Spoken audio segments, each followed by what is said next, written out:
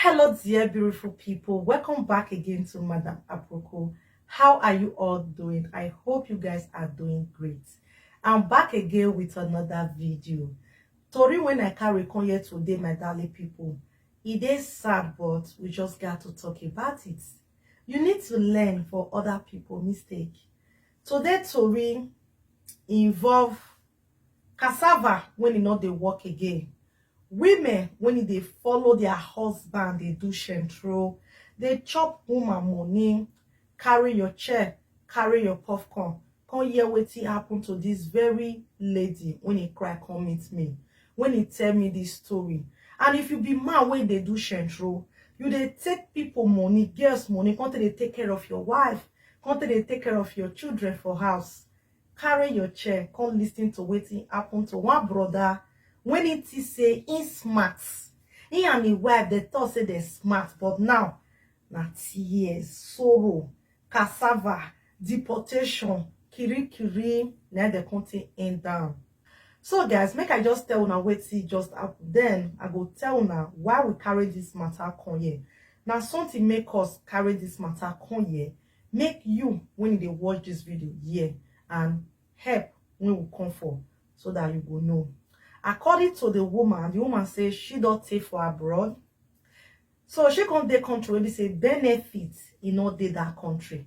So when she can't know this her husband, so when he get this problem of deportation, so now there she can't tell the guy say she fit get money, but money is not today like that again. She not invest and when she they used to and take the pack her. Now the guy can't tell and say no problem. The small one when they still they see that they use until they manage. Now so the woman can't get belly. So the guy can't tell and say, this one will get belly. He now not get work. He go they pick from her side. Now until they leave. And now you when be the woman, now be still the sustainer. You need to go country when therefore they see benefits. Now the woman can't really say, no problem. If I don't reach there, things balance, you go come meet me. When she reach there, they can't tell and say, if you want quick way, not to buy era, I know now to find person will go your budget. Now she not can really command money from Nigeria. The guy can't still support her because the money big, they can't do era. So when she can't do the document not quick come out. And the guy now work with they do, he can't get IB. Instead they runs girl those girls now babe and all those kind of things. So when the man can't greet her for the city when she did, for the country, the guy can't see one Oshere Oshewaga.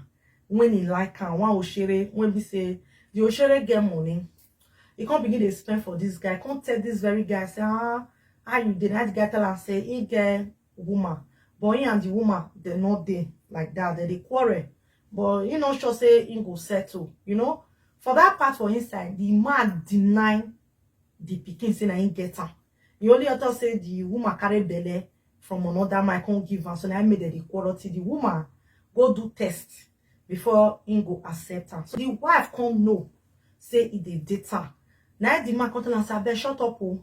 Let me they pack money since the ebe when you can't do for year with pikin. They never give you the document. Like that day. Who know whether they will collect the pikin home tomorrow. They know they pay you. So maybe we all they use this one until they run around since he is still there Italy. What thing one can happen, you know go they come the country again and you need to come the scene so that the secret no go open. The girl promise and say he go give her big money for you both land the money for a table. She go give one. And so this woman with her husband, they could start to they do Shentro. And I see the way they start their Shentro. Now so the guy now come see the friend or not. They come be like say the guy now come since the woman already opened door for her for the first one. He can't they do one. He can't they do one. He can't they take care of this woman. According to this woman, every time go post clothes, children things, he go post and come in house. She was happy. She was living fine. Despite say government not they support her, she was okay. Even the man will still send her mother when he did Nigeria. He will still send her money. Everything was okay. Until she can't talk say became one complete 3 years. You know, may complete 2. Since the Bena, he can't get IB, he no green come outside. Pikin get, she no get. She no. Maybe you just come, since you not get what they do for the country where you dey. come me we gather stay. Now the man come tell am say if I come, you go dey gree make I dey call those my babe. You know say now those one now they give me money. The woman can't really that call to eat because according to the woman when I ask her, say she that call like she agree because the man no one green come. She can't feel say if the man there with her, she go feel stop her. You see some kind thing. Not do. The guy come be like say can't get one girl for inside. The guy can't they love the girl. Oh my guy, may you stop Shentro. Government don't they pay me money. And you now may you can go shop Aduro. May at least you still get paper when you say they waka. Since your Italian paper now, it don't care kill they don't go renew for you because you know work. Now the man can't say me don't worry. The girl don't promise her money this month. Oshere go do this one, Oshere go do that one. The woman said the thing was no longer funny to her. The marriage, trouble, to go pay a bride price, not be that one the guy can't do again. The way the guy was not doing something, even she herself, you can't get her body, can't tell they do, and she can't even invest. Say, which kind of life be this one? Now there she can't start to the regret, say, you sure say what she do so? She do and way. Don't really carry the number of those guests for her husband for when the man they sleep. She can't call the first one, she called the second one, she can't call the third one. Wahala can't out so easily. When your husband don't chop our money, he go nowhere. We go share the man. This small girl, he don't carry belly. That one say she not they remove belly. The man don't tell her say he get wife. He tell her say he get pikin, but you see wife he not tell her. The big one ever thought okay, sister like so she go come out, she not fit for trouble. She no want marry another person husband. The small one say la. Why another one? Because according to I say there be 3. Why the other one come to say man they married to wife? After all, she don't first born, she go marry the man. It can't be say now 3 women they drag one fine boy. Now so they come they quarrel gbas. She no fit come get belle.